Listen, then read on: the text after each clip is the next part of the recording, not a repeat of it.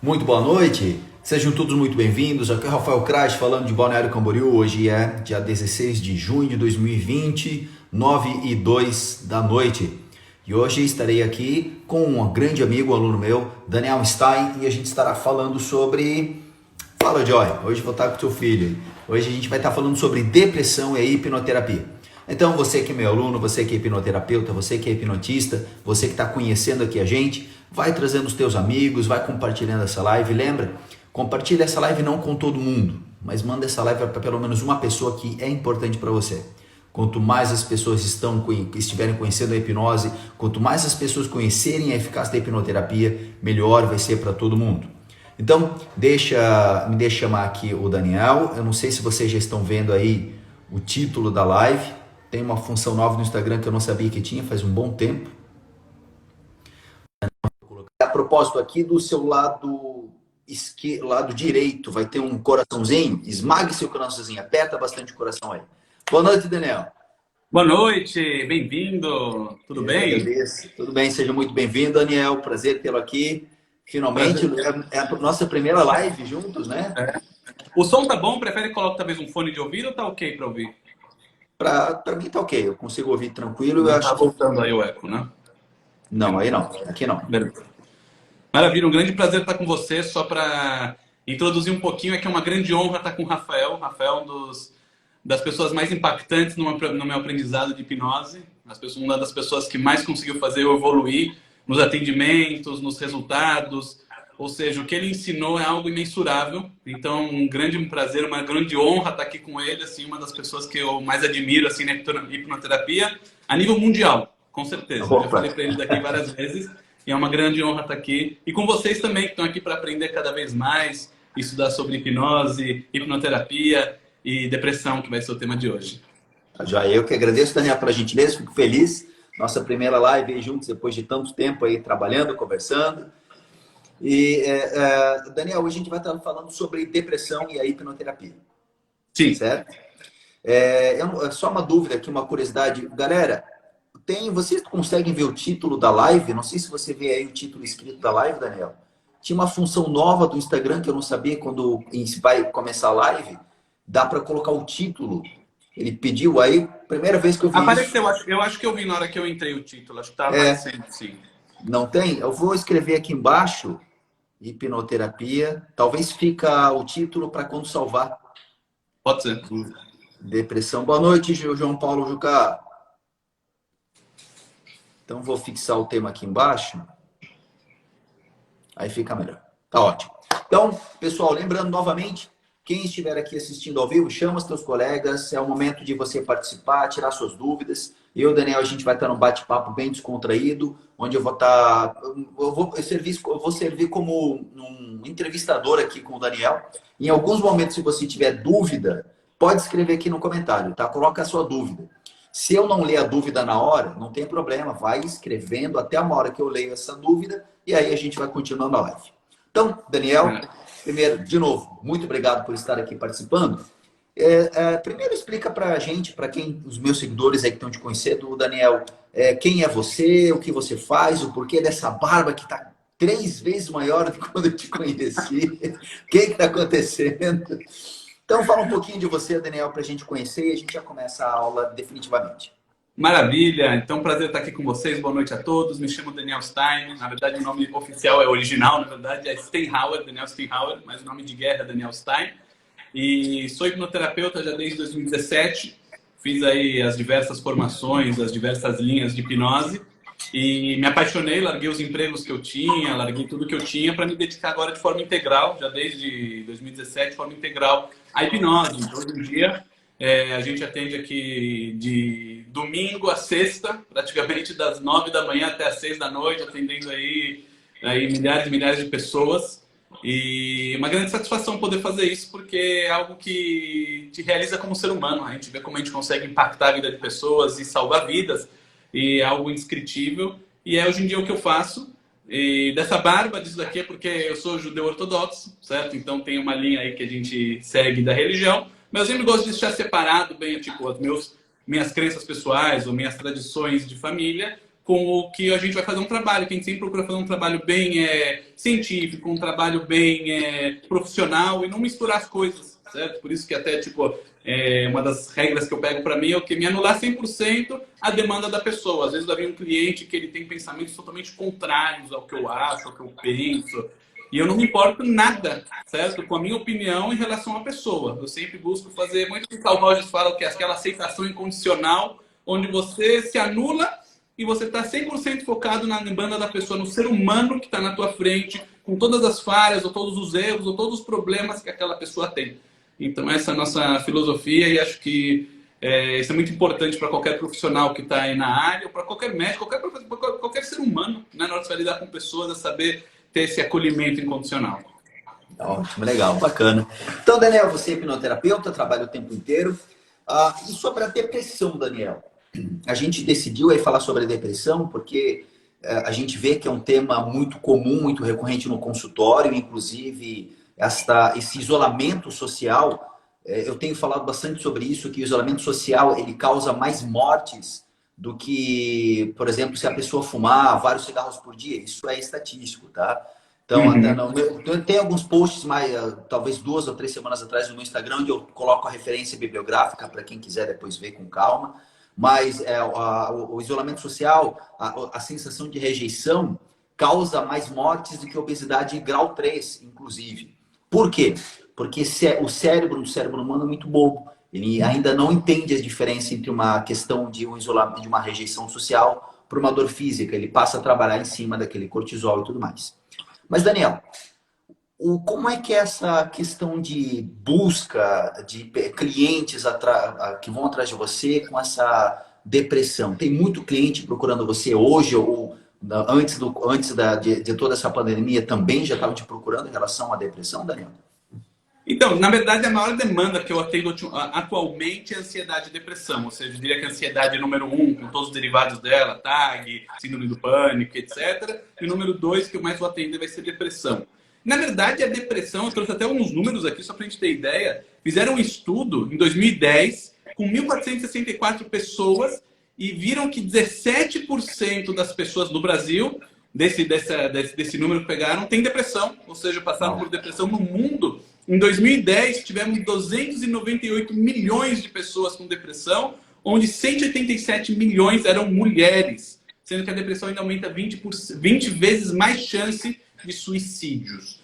Então, na verdade, são números assim, muito expressivos, 17%. Eu ainda peguei 2 estudos que fizeram, tanto no Rio de Janeiro e São Paulo, deu mais ou menos entre 17% e 16% das pessoas relataram já ter passado por depressão. Então, é algo muito comum. E, na verdade, a depressão é uma palavra muito abrangente. Acho que as pessoas também confundem bastante. Porque muitas vezes a pessoa perdeu o avô, perdeu a avó, morreu o pai, a pessoa fala, estou com depressão. Então é importante a gente, na verdade, definir o que é a palavra depressão. Porque o que é depressão? Quando a pessoa senta na minha frente, na minha clínica, ela fala, estou com depressão, eu falo, desculpa, eu não sei o que é isso, me explica o que você está sentindo. Para mim, essa palavra não significa nada. Certo? Eu quero entender o que a pessoa está passando. Isso é muito importante. O cliente, ele muitas vezes vai generalizar e dizer, às vezes, emoções ou sentimentos que são normais do ser humano e definir aquilo como depressão.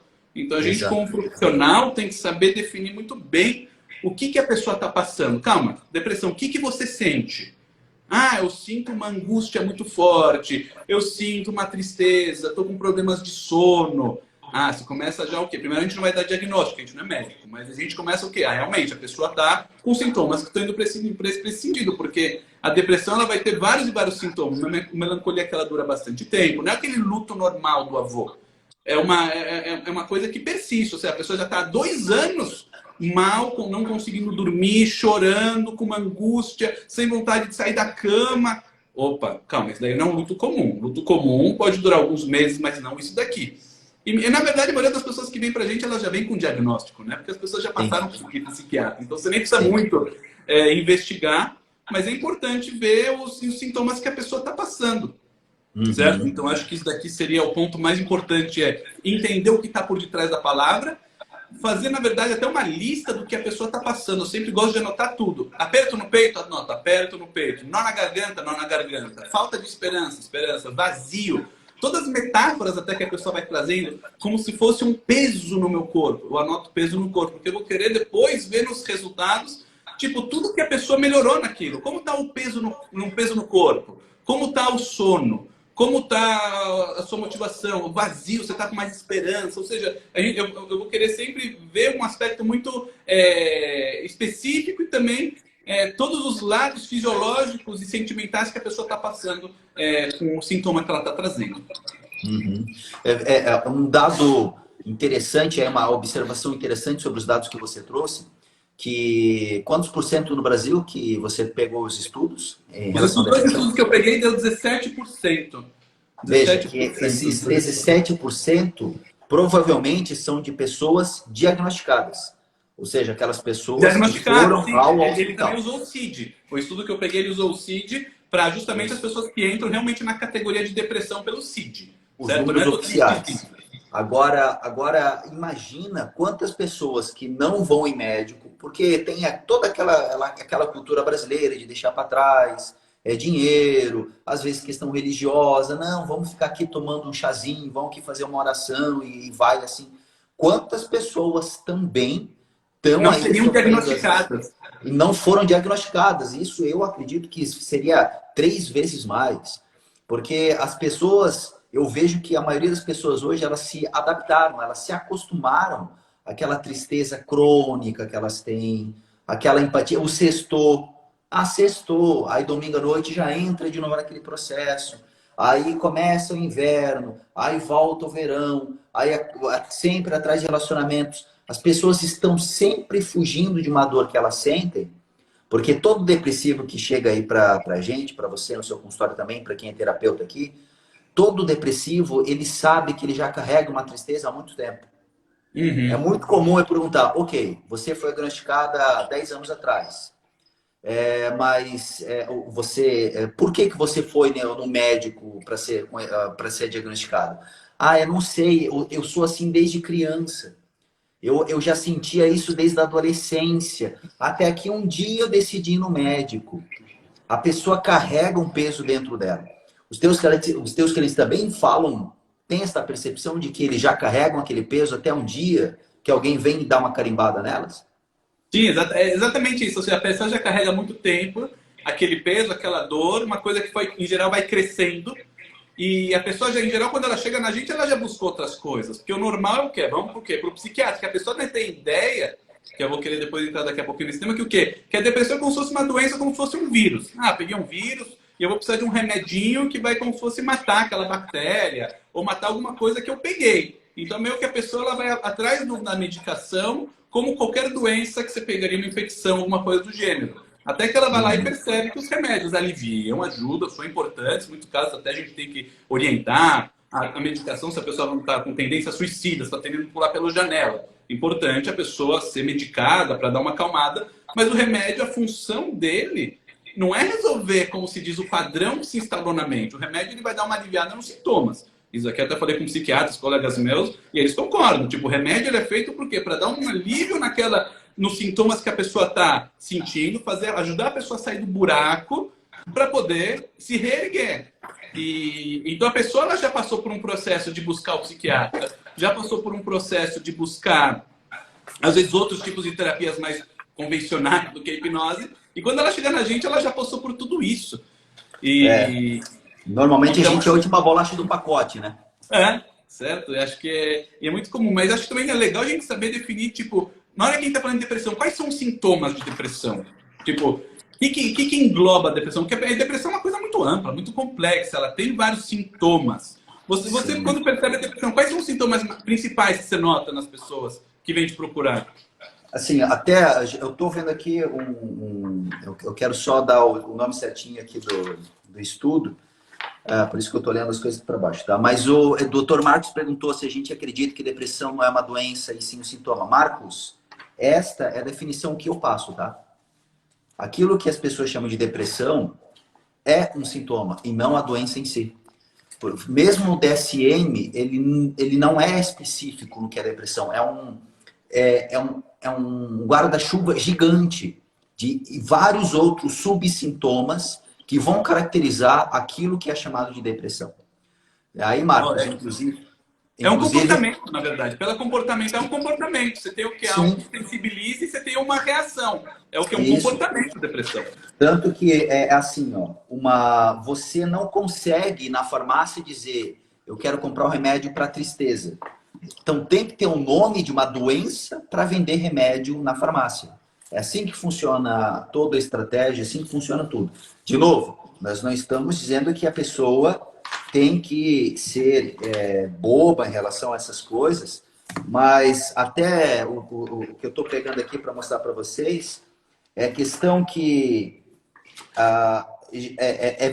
é comprovado que até na questão de depressão, o placebo tem até tanta eficácia quanto os remédios mais convencionais. Na verdade, do estudo de Irving Kirsch, que na verdade é um dos nomes mais importantes que tem da hipnose científica hoje em dia, onde todo mundo é bem reconhecido, porque ele é um professor super importante, autor de vários livros. Ele fez um meta-estudo com 21 antidepressivos, e nesse estudo dele, eu até li o estudo científico dele, ele traz que, na verdade, a eficácia dos antidepressivos é praticamente igual do placebo.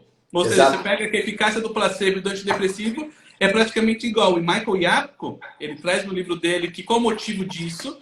Porque o antidepressivo ele dá esperança para a pessoa. Olha que legal isso.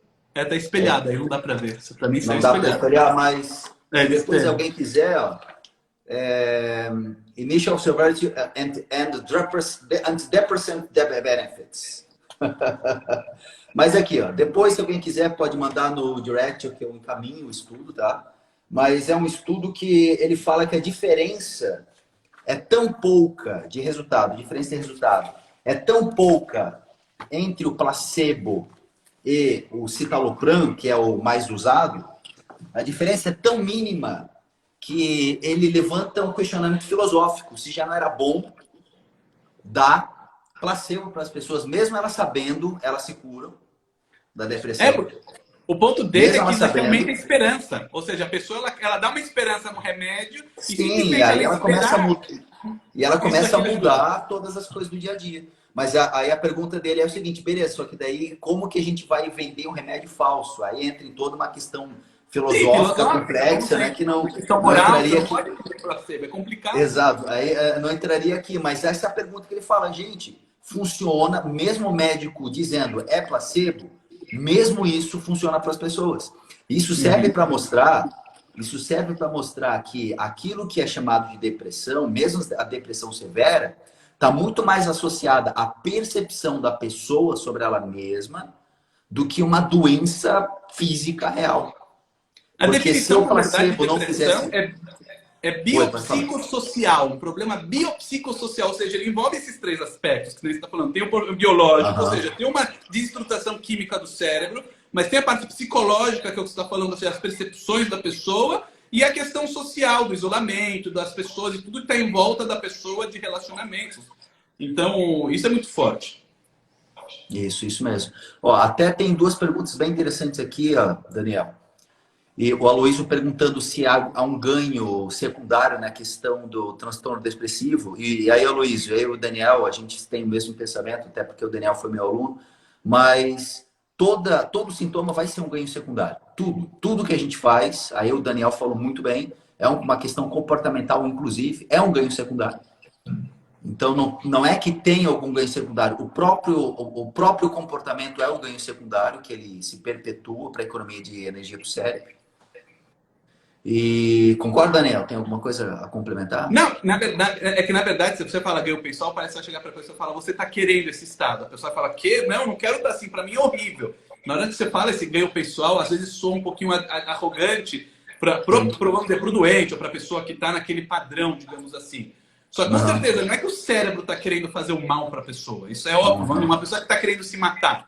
O que é o suicídio? Eu sempre falo para as pessoas, é quando a pessoa meio que ela não está vendo o jeito de resolver aquela questão e a morte seria a solução mais rápida para tirar aquela dor.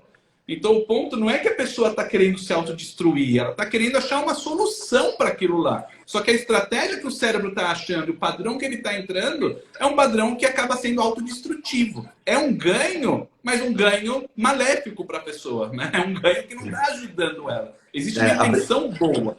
A analogia que eu dou é sempre da criança com o giz de cera que aprende a riscar a parede e acha que está fazendo uma arte para o papai. Aí vai lá e pinta a parede inteira com giz de cera. E a outra pergunta aqui do Navi Lucas, ele perguntou se quantos por cento são problemas biológicos. Aí, inclusive, Navi Lucas, já tem algum tempo já que caiu em desuso aquela questão da depressão endógena. E a definição da depressão endógena era muito curiosa. Quando não se sabe a causa da depressão, ela é uma depressão causada por eventos biológicos, DNA, não sei o que lá. Isso já caiu, porque já se sabe, como o Daniel falou, não é uma questão única, de uma causa única. Então, não tem uma depressão de uma causa biológica, porque a depressão é uma questão emocional também associada. Então, a pessoa não fica triste apenas por uma questão falta de vitamina, por exemplo. Tem muita coisa associada lá dentro.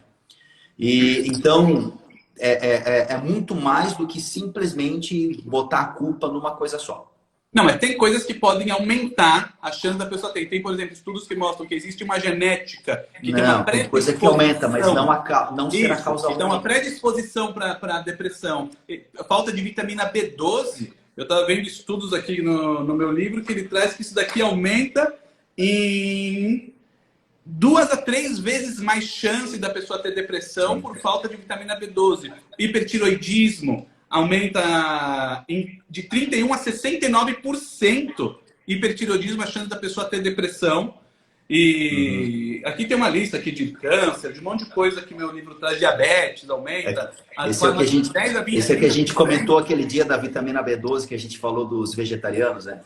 Isso. Então, na verdade, o ponto é o quê? Muitas vezes existe uma confusão entre o quê? O corpo, ele vai se sentir, vamos dizer, fraco ou sem energia, ou a pessoa ela não está se exercitando ou se alimentando, e aquele ciclo dá um input no cérebro, puxa, você agora tem que economizar energia. Então, começa o quê? Ligar o sistema parasimpático, que é o sistema que deixa a pessoa sem força, e a pessoa vai reagir como? Eu estou com depressão. Mas, na verdade, é o quê? É o fisiológico gerando aquilo. Então é muito importante a gente, até como hipnoterapeuta, fazer também uma análise fisiológica da pessoa. Como está a sua alimentação, a sua rotina? Você está saindo para o sol? Você está fazendo exercício físico? Está tomando café da manhã? Muita gente não toma café da manhã. Né? Poxa, a pessoa ela jantou às 9 da noite. Ficou a noite toda sem comer. Não vai tomar café. Vai só almoçar. Poxa, o corpo vai ficar fraco. Como o cérebro interpreta? Puxa, não estou com energia, não estou com disposição, não estou com vontade para fazer nada. Então isso aqui pode ser uma confusão que tem o quê? Os fatores, eles estão juntos. Acho que tem uma frase muito forte de Jápico que ele traz aqui. Jápico, na verdade, é um dos nomes importantes da hipnose com depressão. Ele que, na verdade, introduziu o conceito que hipnose pode tratar a depressão, que isso daqui era abominável, né, antigamente. Até ele começar a trazer isso daqui, mesmo que ele é uma abordagem ericksoniana, mas ele é um nome muito, muito importante. Ele traz aqui, olha a frase dele. Vou citar ele. A serotonina e outras substâncias químicas do cérebro não são unidirecionais para causar distúrbios emocionais. Em outras palavras, não é uma anomalia bioquímica que inevitavelmente leva à depressão. A relação entre neuroquímicos e experiência é bidirecional, que significa que os gatilhos ambientais influenciam a neuroquímica pelo menos tanto quanto a neuroquímica influencia a experiência. Então, na verdade, a psicoterapia ele traz um meio de afetar direta e indiretamente os níveis de neurotransmissores do cérebro. Ou seja, é os dois, entendeu? Existe o que de dentro para fora e de fora para dentro, e tudo é um conjunto. A gente não pode separar mente e corpo e sociedade, tudo. Tudo é algo completo. Então, isso daqui eu acho que é uma frase um parágrafo muito forte que ele traz no livro dele, que é muito bacana para a gente lembrar. Daniel, tem uma pergunta bem interessante do Matheus, que é o que fazer para ajudar alguém com depressão quando ela não quer buscar ajuda? Muito bom. Então, acho que é legal a gente começar a introduzir, na verdade, os tipos, na verdade, que podem a pessoa vir procurar a gente com depressão. Eu, na verdade, percebo que muitas vezes o que é depressão, ela pode vir por uma causa emocional, certo? Onde a pessoa ela vai começar a citar para a gente todos aqueles problemas de humor, né? Ou seja, ela sente uma angústia muito forte, uma tristeza e coisas do gênero. Certo? Então essa pessoa, se ela está mal, então você vai ter que explicar para ela que ela vai simplesmente aliviar a dor dela, certo? Ou seja, a pessoa quando ela está sofrendo, ela não aguenta mais se ver com aquela dor emocional, aquilo lá, então acaba sendo até fácil. O problema é quando a pessoa começa a ir para pontos um pouquinho mais profundos de identidade e até de esperança na vida dela. Quando ela começa com aquilo, nada me serve, tudo que eu fiz na vida não valeu para nada, ninguém gosta de mim, o mundo não tem sentido, eu prefiro a morte. E a pessoa, às vezes, ela começa a chegar a pontos de depressão que pode trazer psicose. Chega a pontos que eu já peguei pessoas que ela vem tipo zumbi. Elas sentaram a pessoa na minha frente, a pessoa ficava assim. Eu falei para a pessoa, qual é seu nome? Qual é seu nome? A pessoa não tinha nem resposta. Então tem sintomas de depressão severos que você acaba até sem comunicação com a pessoa. Com essa pessoa não teve nem o que fazer, nem remédios faziam efeito. Eu fui até procurar com colegas meus psiquiatras e psicólogos, eles falavam só tratamento de choque nesse caso. Tratamento de choque. Eu falei, existe isso ainda? Falou, existe. E foi o que fizeram com o rapaz. Tiveram que levar ele lá na Santa Casa e deram 10 sessões de tratamento de choque para meio que dar um reset no cérebro. Então aí não tem nem o que você fazer, porque você não tem nem comunicação com a pessoa, só se curandeiro para coisa. Então, existe alguns níveis, existe um nível muito hard de depressão. Esse nível hard, quando a pessoa começa meio que ir lá para o estado zumbi, é complicado. Sério que a pessoa, de repente, ela não tem mais motivação, ela não quer nada, ela não quer nem tomar banho, nem escovar os dentes, nem se trocar, ela não quer sair de casa, ela não quer sair da cama, ela não quer ir no banheiro. Ou seja, existem níveis muito pesados. E não vai dar pra gente falar, puxa, você vai vir, vai fazer abracadabra e a pessoa vai resolver.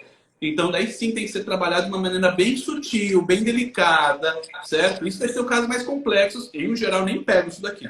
Na hora que eu percebo que a pessoa ela já está com dificuldade de motricidade, ela já fala mais lento e mais calmo, onde você vê que não tem mais o brilho no olho dela, daí o negócio já começa a ficar um pouco mais hard. E daí precisa de um cuidado, entendeu? Especial e um outro tipo de abordagem que a gente até está acostumado no dia a dia. Mas, por exemplo, eu peguei um cara, vamos dizer, uma pessoa super ativa, faz esporte. A esposa dele teve um AVC repentino há 2 anos atrás, de 30 anos, morreu. AVC nível 4, morreu. E o cara tá há 2 anos sofrendo o luto dela, 2 anos. Mas é um cara que você vê, eu quero melhorar, mas eu sinto uma angústia, eu quero estar bem, mas... Ou seja, a pessoa ela ainda está ativa, ela está buscando motivação. Daí sim você consegue trabalhar bem com a pessoa, entendeu? Então isso é muito importante, você ver o quanto a pessoa está querendo essa mudança, transformação, enquanto ela vai participar com você. Se ela não está participativa, você vai ter que trabalhar, às vezes, com perguntas socráticas, vai ter que perguntar mais com questionamentos, mais começar a tocar nível de esperança ou imaginação, coisas boas. Daí tem que tomar um cuidado muito especial com esse tipo de gente que começa para aqueles estados mais avançados da depressão.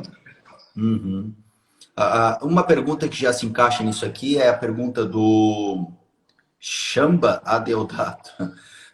Vocês acham que uma sessão resolve a depressão? Ou teria que fazer várias sessões, sabendo que é um problema bem complexo? Isso é um assunto hoje, a galera está discutindo bastante essa questão de uma sessão. É possível, não é possível? Na tua experiência, Daniel, o que tu pode responder? Em primeiro lugar, eu acho que essa pergunta está errada, certo? Está errada na base dela.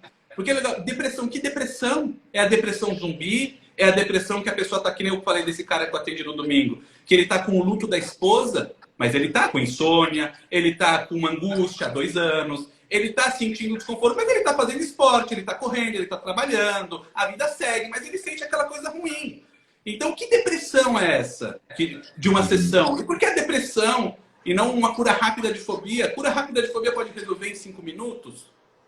Pode, Exato. Certo? Depressão você vai poder resolver às vezes em 1, 2 sessões? Depende, qual depressão? Essa zumbi, nem chance. Esquece, porque você não tem comunicação. Na hora que a pessoa ela vem sem o brilho no olho, sem esperança, esperando a morte, você não vai fazer um trabalho nela, porque ela pode piorar, trazer aquelas emoções ruins, vai ter o processo comum que a gente está acostumado. Eu já peguei casos assim, e não sai coisa legal. Não sai coisa legal e tem que fazer um trabalho muito mais cuidadoso, com muito mais sessões. Um trabalho que você tem que ter um cuidado especial para aquele caso. Já aquele caso que eu tenho de 8 sessões, 10 sessões, não tem problema.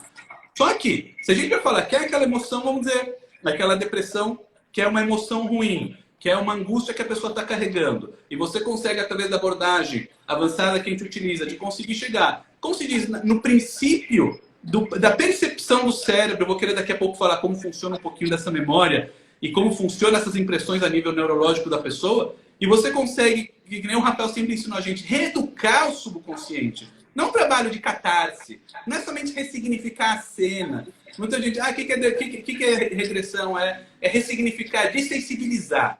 Óbvio, tem sensibilização, tem você reinterpretar a cena, tem tudo isso, mas a gente não usa mais a regressão para isso. Já isso daqui é old fashion.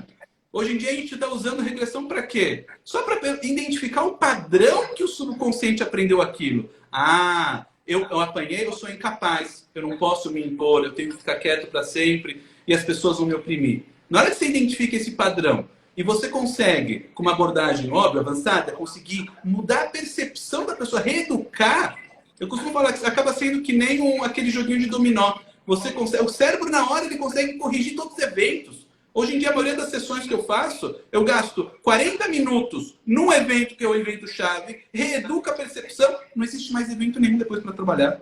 Vem alguma emoção negativa, não vem mais nada. Algum evento negativo, nada. Tudo resolveu. Mas o que aconteceu? Porque a gente mudou a percepção. Esse é o ponto. Essa grande sacada que o Rafael sempre ensinou pra gente, e não é mudar a cenazinha, não é fazer a pessoa sentir desensibilizar, levar para um lugar feliz e voltar. Não é isso. É reeducar. E na hora que a pessoa... Que nem você usa bastante a abordagem de Adler, né? O Adler, ele tinha essa ideia de o quê? De separar a responsabilidade, você assumir sua vida, você não carregar o erro dos outros, você não ser vítima. Tudo isso daqui vem o quê? E bastante de Adler. Na verdade, isso daqui é a base da terapia de Adler, né? A adleriana é isso, é você separar. E na hora que você faz isso, se a pessoa consegue... Puxa, é verdade, até hoje eu estava fazendo o que meu pai queria, minha mãe queria, o que os outros queriam, eu nunca vivi a minha vida. E a pessoa dá um clique e todos aqueles eventos que estavam associados àquela percepção se resolvem porque você fez o quê? Reeducou? Pronto. Daí aquela emoção vai embora, a pessoa vai retomar a vida. Esse meu cara que eu atendi no domingo, que tem o luto da esposa, o que ele vai fazer? Ainda vai fazer todo um trabalho de despedida, de perdão, dele pegar as responsabilidades dele e aceitar a realidade do que não depende dele, certo? Que bastante, aceite a realidade, aceite os outros como eles são, cuide das suas escolhas, tudo isso daqui é o quê? É um processo de reeducação. E na hora que ele vai perceber isso, aquela emoção vai embora. Então ele vai falar o quê? Resolvi a depressão. Quanto vai levar de tempo isso? 1h30, 2? Certo? É possível? É. Mas depende qual tipo, como, entendeu? Então não dá para generalizar. O mais importante, nunca querer divulgar que você vai resolver uma sessão, porque a pessoa ela pode, às vezes, ir com você, resolver as emoções, etc., mas ainda sobrou alguma coisa lá dentro. Ela vem no retorno e fala, olha, não resolveu, você viu? Era uma sessão, não adiantou nada. Isso então mesmo. A pessoa vai se frustrar. Então é muito importante o quê? Alinhar as expectativas. Falar para a pessoa, olha, eu vou trabalhar com você. Se é precisar, eu te atendo quantas sessões for. Mas a gente vai tentar resolver no menor tempo possível, da forma mais eficaz. Entendeu? Então, na hora que você, como se diz, vai usar uma abordagem respeitosa com a pessoa, para ela não se iludir e se frustrar, uma forma que vai parecer charlatona, porque a pessoa, puxa, você prometeu uma sessão, cadê uma sessão? Entendeu? Então, é muito importante a expectativa que você vai gerar na pessoa, para justamente o que não ter essa frustração depois. Então, acho que se você alinhar a expectativa correta, não divulgar isso daqui, entendeu? Resolva a depressão uma sessão. É um absurdo isso, certo? É o crime, porque você está fazendo o que? Prometendo que nem resolva a fobia em 5 minutos de cura rápida de fobia. E se não acontecer? Às vezes precisa de uma coisa mais avançada. Cada ser humano é um, entendeu? Então, nunca divulgar ou prometer curas fantásticas, porque isso daqui é absurdo. Acontece? Muitas vezes acontece em resolver uma sessão. Promete isso? Nunca. E é sempre que vai acontecer? Também não. Entendeu? Então, acho que essa é a forma mais respeitosa. E acho que essa briguinha que resolve uma sessão não resolve é totalmente ridícula. Porque, na verdade, o que o pessoal está falando é o quê? Como não tem provas científicas de uma abordagem de hipnoterapia dinâmica no tratamento de depressão, todas as evidências que a gente vai trazer de resolver em 1 ou 2 sessões vão ser o que a gente chama de evidências anedóticas. Que é uma evidência que não tem um embasamento científico, mas ela vem da experiência clínica. E evidência anedótica não tem valor científico. Então, o que eles falam é o quê? Ah, não tem estudos científicos sobre isso. Mesmo que eu estou achando estudos de abordagem psicodinâmicas breves, que levam, em geral, de 8 sessões com eficácia grande a nível da TCC, ou seja, estão revendo estudos que eu achei aqui da pesquisa de Drissen, que falam que a eficácia de terapias breves da psicodinâmica a curto prazo está ao nível da terapia comportamental, estão revendo aquela distinção que tinha, mas mesmo assim, certo? A gente, na verdade, está trabalhando com algo que ainda não tem pesquisa científica. Ainda essa argumentação, que o que é a melhor coisa a falar? A gente tem muitas evidências, mas não dá para prometer, certo? Acho que essa é a mais elegante de sair de tudo isso. Não, essa é a abordagem correta, porque a gente que é hipnoterapeuta, a gente está numa seara muito nova, inclusive. Por mais que se fale de hipnose, hipnoterapia já tem muitas décadas, Mas, assim, eu trabalho muito, eu tenho, eu e você, a gente compartilha muito a questão aí de pesquisa e trabalho científico, mas até hoje, por exemplo, uma coisa que me deixa curioso é ver, por exemplo, Stanford, que é a escala de Stanford, para saber o grau de hipnotizabilidade das pessoas. Isso é É, ridículo, né? é baseado assim em uma coisa tão ridícula, mas tão ridícula que a primeira vez que eu li, eu falei, não acredito. Eu li de novo. Eu li de novo, falei, eu não acredito. Eu li de novo. Eu não acredito. Eu li umas 5 vezes porque é um negócio tão ridículo. Como é que uma universidade com prestígio de Stanford, vai lá e diz que o grau de hipnotizabilidade é feito com uma leitura de um script de 4, 5 parágrafos, uma coisa tão escrota, mas tão escrota que nem o Wikipédia é tão ruim assim. E aí é Mas com base naquilo que eles determinam vários estudos científicos. É uma coisa muito sem pé nem cabeça. E como tu falou, o próprio Iápico, que fala bastante aí dessa questão, esse aqui é um estudo maravilhoso, Daniel. Tá espelhado, mas depois, quem quiser, me manda no direct. Esse aqui, Daniel, é um estudo que ele associa a hipnoterapia, a terapia convencional e a gestalt terapia. A hipnoterapia é tão eficaz. Esse gráfico dá para ver mesmo espelhado aqui. Ó. Esse gráfico menor aqui. Ó. Então, esse aqui é o gráfico que ele fala da questão da questão da ansiedade. Então, no início, esse aqui todo mundo tinha um grau de ansiedade muito parecido. Após as sessões de terapia normal, uau! Gestalt, olha a diferença do grupo da hipnose do início, da hipnoterapia, tá? Do início para o final. A galera da terapia normal, que é a terapia falada, a terapia que a maioria das pessoas conhece, praticamente aumentou depois de um número de sessões. A galera que faz a Gestalt, que é uma abordagem muito legal, que a gente também diminuiu bastante. Agora, a galera que participou do processo de hipnoterapia reduziu tremendamente a percepção da ansiedade e a depressão. E o Iápico, que é o grande cara que fala bastante Não, sobre incrível, isso, né? olha que estudo legal. Isso daí tem que mandar para o povo isso. Tem que mandar para o Sim, povo. Uma coisa, eu uma tenho coisa usado muito legal que bastante. o pessoal estava falando aqui sobre essa questão de quanto o ambiente influencia na pessoa para gerar o padrão, né, da depressão. Então, eu vi uma Aham. história muito legal, na verdade, um fato que tem sobre as lagostas, que eu queria compartilhar aqui com o pessoal. Uma Fala coisa aí. que está lendo. Fala que as lagostas, como qualquer animal, elas moram, certo, lá no fundo do mar, e elas têm que ter os espaços dela, a área delas que elas guardam para ter a casa delas. Como qualquer animal, eles determinam uma área, certo? Que é a área deles. E elas vivem em paz. Mas o que acontece quando chega uma lagosta que quer invadir o espaço da outra? Então, o que acontece? Número um, as lagostas se encontram, elas começam a fazer o que? Uma demonstração de tamanho. Elas começam a mostrar quem é maior que a outra, empinam as patas, elas até lançam um jato com uma química que vai mostrar para o outro qual a idade que ela tem, qual o sexo que ela é. Só que então uma pode fazer o quê? Eu não vou lutar com ela, eu sou muito mais fraca e vai embora. Mas se as duas continuam no embate, então elas vão para a fase 2. Elas começam a fazer o quê? Avançar e recuar. Avançar e recuar. Para ver se o outro vai embora. Só que tá bom. E se o outro foi corajoso e continuar enfrentando? Elas vão para a fase 3. Elas começam o combate. Só que ainda é um combate respeitoso, né? Que nem esgrima. Elas começam começar a atingir a parceiro nas costas, começar a bater nas costas, onde dá o casco, não causa muito dano. Pode ser que uma vai desistir e vai embora. Mas o que acontece se elas insistem em continuar lutando? Então elas vão pro tudo ou nada. Elas começam com a garra delas a pegar a antena, a pegar a pata, e daí sim uma delas pode morrer. Só que com o estudo que fizeram, olha que incrível, que na hora que uma lagosta é derrotada, automaticamente o cérebro da derrotada e da vitoriosa mudam. Tem uma modulação do cérebro. Ou seja, na hora que a vencedora ela percebeu que ela expulsou aquela lá, o nível de serotonina do cérebro aumenta e uma outra substância chamada octopamina, ela diminui.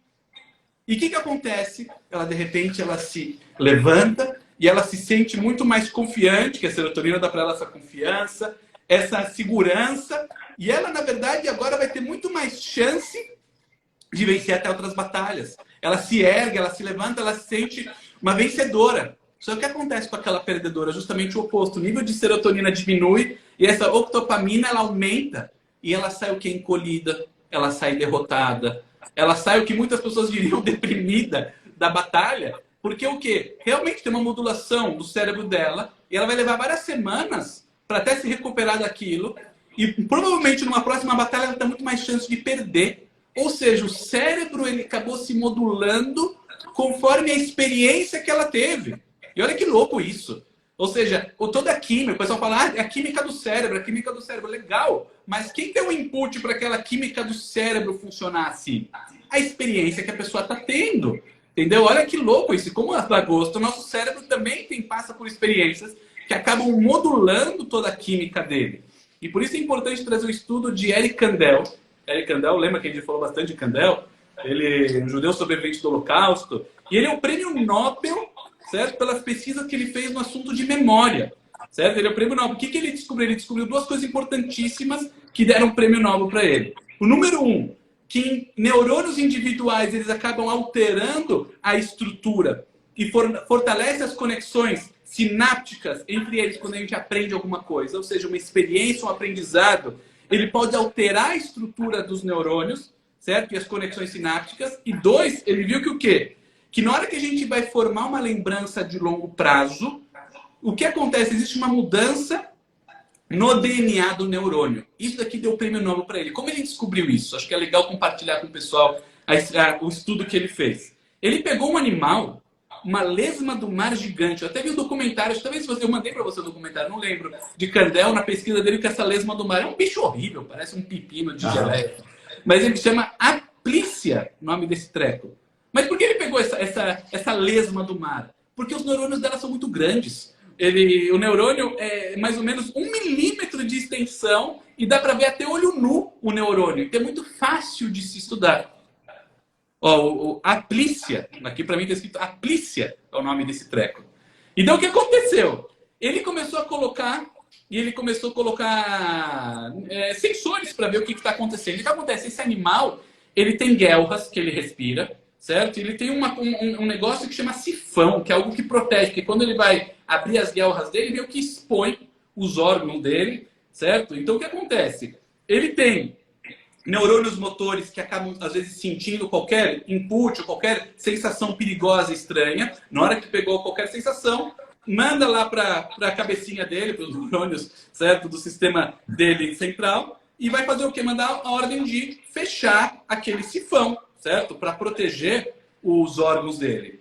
Beleza. E Kandel está analisando essas lesmas do mar, esse negócio. Só que o que aconteceu? Ele começou a perceber que as lesmas aprendiam na hora que levavam um choque. Então o que aconteceu? Ele deu um choquinho, retraiu, fechou lá o sifão, protegeu a guelra. Passou um tempo, ela relaxou. Ele deu de novo, ele deu de novo, ele deu de novo. O que aconteceu? Ele começou a ver que na hora que ele está repetindo o choque, as lesmas se tornaram sensibilizadas para aquilo. Então elas começavam a dar uma resposta muito mais agressiva, muito mais rápida. E às vezes qualquer sensação já estava dando aquilo lá, como na verdade uma pessoa que ela sofre de ansiedade. Ela às vezes começa a ter pânico para tudo. E ele começou a ver que realmente o sistema nervoso do bicho mudava. Ele começou a ver que as conexões dela começaram a disparar muito mais sensível. Isso daqui foi uma lição importante. Só que ele continuou o estudo dele. Ele começou a ensinar a lesma aprendizados. Então, o que aconteceu? Ele viu que começar a liberar mais neurotransmissores na hora que ele sensibilizou a lesma. E ele começou a fazer o quê? Ensinar ela, às vezes, até em estímulo inofensivo. Então, se passou um tempo, ele começou só a fazer um carinho, não fez nada. Um carinho, um carinho, um carinho. Chegou uma hora que aquilo lá minguou. Aquilo lá não disparava mais. Agora, o que aconteceu?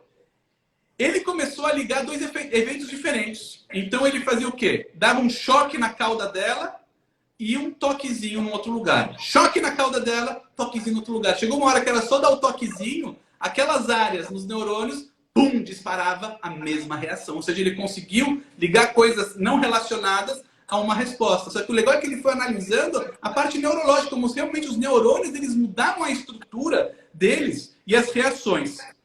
E o que aconteceu? E aí veio o salto aqui, o pulo do gato. Olha o que ele fez. Ele viu que se ele dava 10 choquezinhos, aquela lesma ela lembrava por vários minutos a reação fóbica. Mas depois esquecia. Só que se ele repetisse os 10 choquezinhos, com um intervalo de alguns dias. Então ele chegava numa hora do dia e dava 10. Mais 4 horas dava 10. Mais 4 horas dava 10. Ele percebeu que ele conseguiu criar uma memória de longo prazo naquela lesma.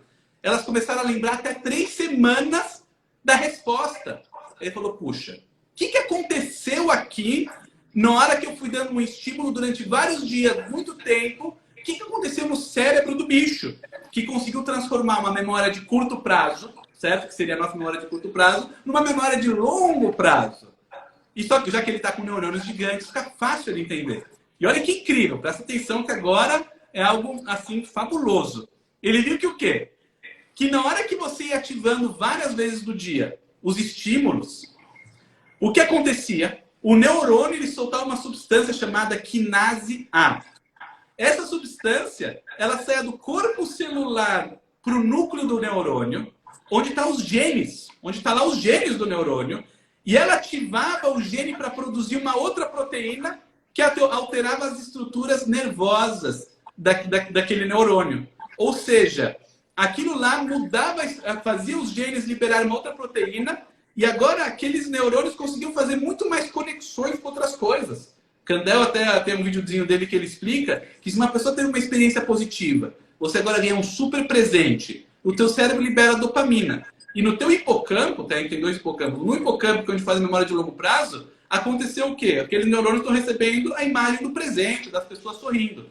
Então eles vão se conectar e vão se ligar muito mais forte com aquela substância, com a dopamina que seja, a serotonina, que foi ligado. Então você fisiologicamente alterou teu cérebro na hora que você teve aquela experiência. O que muita gente chama do imprint. Né? Você teve um imprint no teu cérebro, você conectou eles e eles estão impressos lá dentro.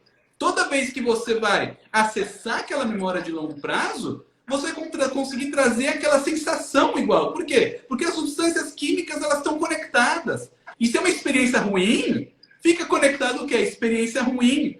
Eles viram que na hora que ele transformou esse neurônio em uma memória para memória de longo prazo, que a gente falou que ele altera esse gene, ele começou, o neurônio, em vez de fazer 1.300 conexões sinápticas, ele passou a fazer 2.700. Ou seja, mais de 2 vezes o que ele trabalhava. E olha que louco isso daqui. Você está vendo uma mudança neuroplástica do cérebro para uma experiência externa que está vindo para a pessoa. Então, em geral, a gente... Olha que louco, a gente tem a ideia que o quê? Que os nossos genes é o que fazem a gente. Só que agora você tendo uma comprovação científica, e Kandel ganhou um prêmio Nobel por isso, certo? É muito legal o trabalho dele, o livro dele, etc. Tem até um documentário no YouTube para vocês verem, certo? Onde ele começou a mostrar o quê? Que você consegue afetar a genética dos seus neurônios pelas experiências. Óbvio, não é genética, né? Você desperta o gene que vai liberar aquela proteína e que altera o funcionamento do neurônio. Então, e você vê o que? Você consegue modelar a genética. Então, o que Kandel falou? Na hora que a pessoa está fazendo uma psicoterapia, eu até citei a frase dele, olha o que ele fala, abre aspas. Ele fala sobre psicoterapia. Presumivelmente, o faz por meio do aprendizado da psicoterapia, produzindo mudanças na expressão do gene que alteram a potência das conexões sinápticas e mudanças estruturais que alteram o padrão anatômico de interconexões entre células nervosas do cérebro. O que Kandel está falando? A psicoterapia, ela muda fisiologicamente a estrutura. Ou seja, um padrão é aquela modulação química que até você tem. Ou seja, uma hiperestimulação que vem, às vezes, da amígdala, ou às vezes de áreas límbicas do cérebro, porque você tem um padrão mal instalado lá, vamos dizer, com um monte de substâncias ruins, de experiências negativas que você teve, e você consegue, através da terapia que seja, até hipnose, fazendo uma hipnoterapia, e você consegue, como se diz, mudar essa estrutura, dissolver aquilo lá. O que acontece com isso? Você meio que destruiu o padrão que causava toda aquela reação.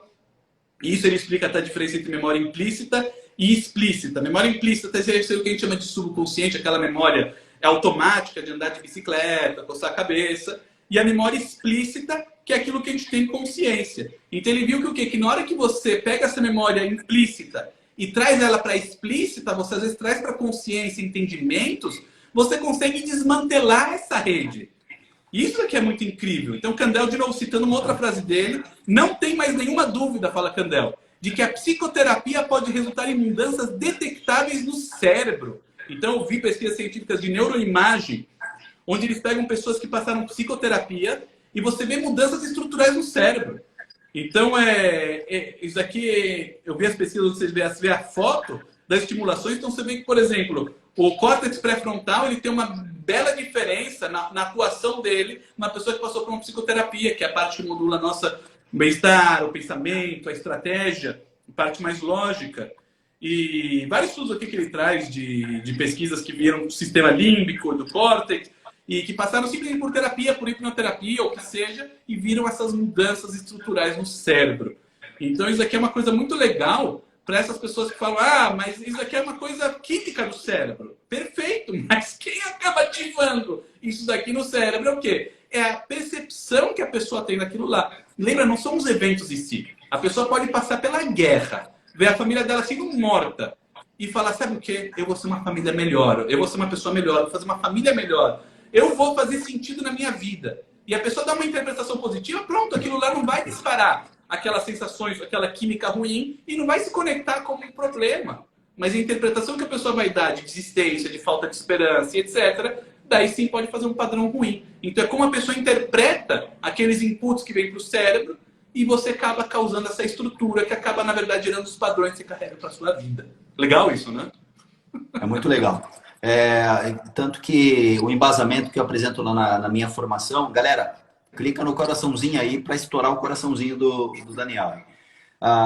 Uma outra maneira que serve para mostrar isso, para embasar isso, é um estudo que mostra que crianças com menos de uma semana de vida, o cérebro dela já está apto a detectar áreas de dor de forma correlata ao adulto. Ou seja, o cérebro de adulto e o cérebro de um bebê recém-nascido, ambos os cérebros conseguem detectar dor.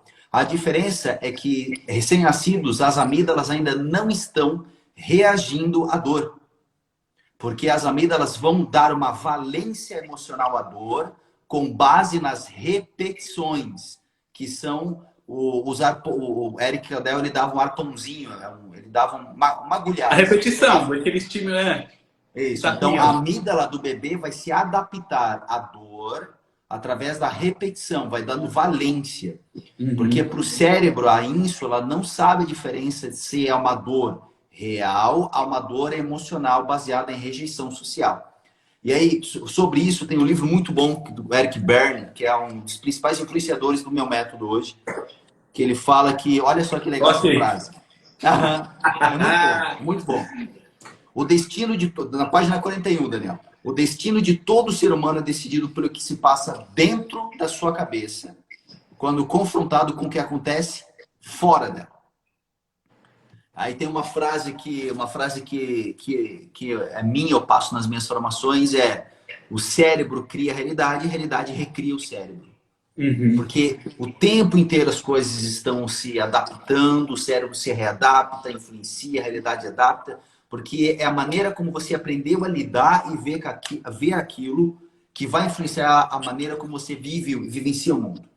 É esse aqui, ó. O que você vê, o que você diz depois de dizer olá, do Eric Berne. Um livro difícil pra caramba. Criador da análise transacional. Oi? É um livro difícil pra caramba. Não é Tu fácil achou? esse livro. Eu achei. Eu gostei. Eu gostei pra É bom, tá mas é um livro que não é pra você ler. Não é um seminário do Bandler que você lê ele e vai o quê? É um livro pra sentar e pra estudar. O nome do livro é O que você diz depois de dizer olá, do Eric Berne. O Eric, análise transacional é um dos principais pilares do meu trabalho hoje. O meu trabalho hoje de hipnoterapia é basicamente uma readaptação da análise transacional. Então, os meus alunos, eu trabalho muito sobre a questão do script, muito sobre essa questão da influência familiar. Falo um pouquinho da epigenética, porque hoje a epigenética é bem isso. Beleza, a vida apertou gatilhos desenvolvendo os fenótipos associados à genética daquela pessoa. Mas não é a genética a culpada. Ela é apenas um resultado daquilo que já está acontecendo. Reforçando o aprendizado. É um ciclo. É uma cobra que morde a própria cauda o tempo inteiro. Entende? Só que o único problema é, se o problema fosse apenas a questão química ou genética, bastaria dar um Rivotril e se resolvia. O placebo não teria resultado. Isso mostra que está muito mais associado a uma questão emocional, uma questão de percepção, do que simplesmente uma questão química genética. Química genética faz parte? Faz. Mas não é ela o determinante. Ela faz parte da equação, mas não é ela que vai determinar o resultado. Vai acabar acho que nosso tempo aqui. Você quer sair e voltar para a gente poder ter um pouquinho mais de tempo? Porque acho que ele vai cair em 2 minutos. Vamos deixar, tem ainda uns minutinhos. A gente vai deixar a galera com gostinho na boca, Daniel. Gostinho na boca. A gente é hipnotista, a gente deixa sempre isso, né? A gente cria expectativa. Então, a gente vai voltar para um outro dia, uma outra aula para falar mais sobre isso. Sim, porque daí a gente pode passar uma próxima vez estratégias bacanas de como lidar com a depressão, até de uma forma até conversacional, como você poder ajudar a pessoa, às vezes, a quebrar o modelo de mundo que ela tem, como reestruturar, como usar estratégias mais avançadas, muito além até, óbvio, tem a regressão, tem várias coisas, mas estratégias um pouco mais embasadas, legais, que podem ajudar pessoas com depressão. Tem muita coisa bacana, bastante trabalho de Apple, trabalho até de outros autores, de como você conseguir reestruturar, às vezes, a visão de mundo, porque às vezes não é nem emoção, é como a pessoa percebe o mundo, é como ela está percebendo as pessoas, ou como ela está percebendo a vida.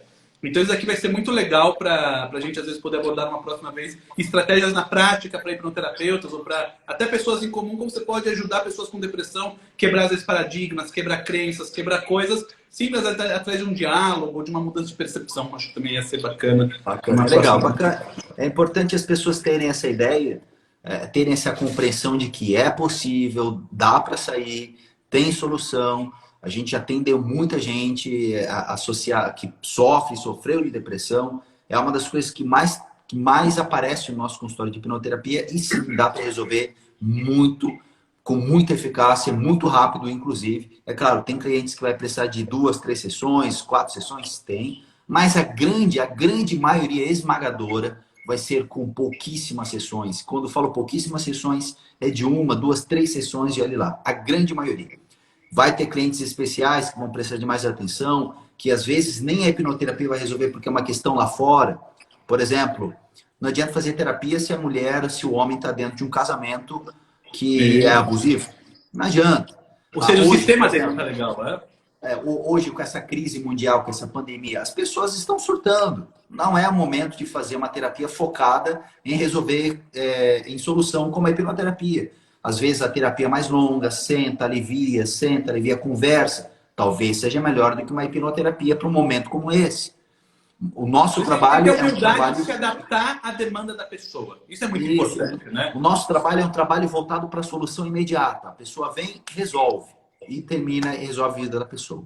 Daniel, então a gente tem a promessa de deixar essa live, vai para o Instagram, vai para o YouTube, vai para o podcast. Vai ficar guardado. E a gente vai marcar uma outra aula algum dia. Daniel, a gente tem 1 minuto. Então, por favor, 1 minutinho para dar um tchau para a galera aí. Pessoal, um grande tchau para vocês. Um prazer. Foi realmente fantástico estar com vocês. Pelas perguntas, dá para ver que vocês são pessoas incríveis. E é um grande prazer meu estar com o Rafael, assim, realmente é uma realização, um sonho, uma coisa muito especial poder estar com ele, porque é uma pessoa incrível, uma pessoa que dá para aprender muito com pessoa, com conhecimento, com a prática dele, que é ímpar aqui no Brasil. Então, aproveitem bastante ele, aproveitem a hipnose e vamos mudar o mundo junto, ajudando pessoas, fazendo uma corrente do bem cada vez maior, fazendo as pessoas se transformarem, terem qualidade de vida, alegria, felicidade. Que isso é importante. Nossa missão não é discussão se é assim ou assado, é o que é fazer o melhor para ajudar as pessoas e juntos a gente fica cada vez mais forte. Com certeza. Então, obrigado, meu querido. Fico muito feliz. A gente se vê numa próxima aula. Pessoal, quinta-feira agora eu vou fazer uma live. Eu vou estar falando sobre o fator crítico. O tema será a falácia do fator crítico. Opa! Então, muitas pessoas que estão fazendo a minha formação agora, eu estou embasado em neurociência, eu falo algumas coisas, as pessoas, cadê o fator crítico? Eu falei, não tem esse negócio. As pessoas, Então, para quem quiser se atualizar, eu vou dar uma deixa de como funciona isso. Na quinta-feira, às 9 horas da noite, eu estarei aqui no Instagram e no YouTube falando sobre essa questão do fator crítico. Como é que não é, como funciona de fato. Quem quiser saber um pouquinho mais, quinta-feira, no Instagram e no YouTube, 9 horas da noite. Muito bom. Daniel, abração. Uma boa Um noite. abraço, muito obrigado pela oportunidade. Até a próxima. Valeu, tchau. Tchau, tchau.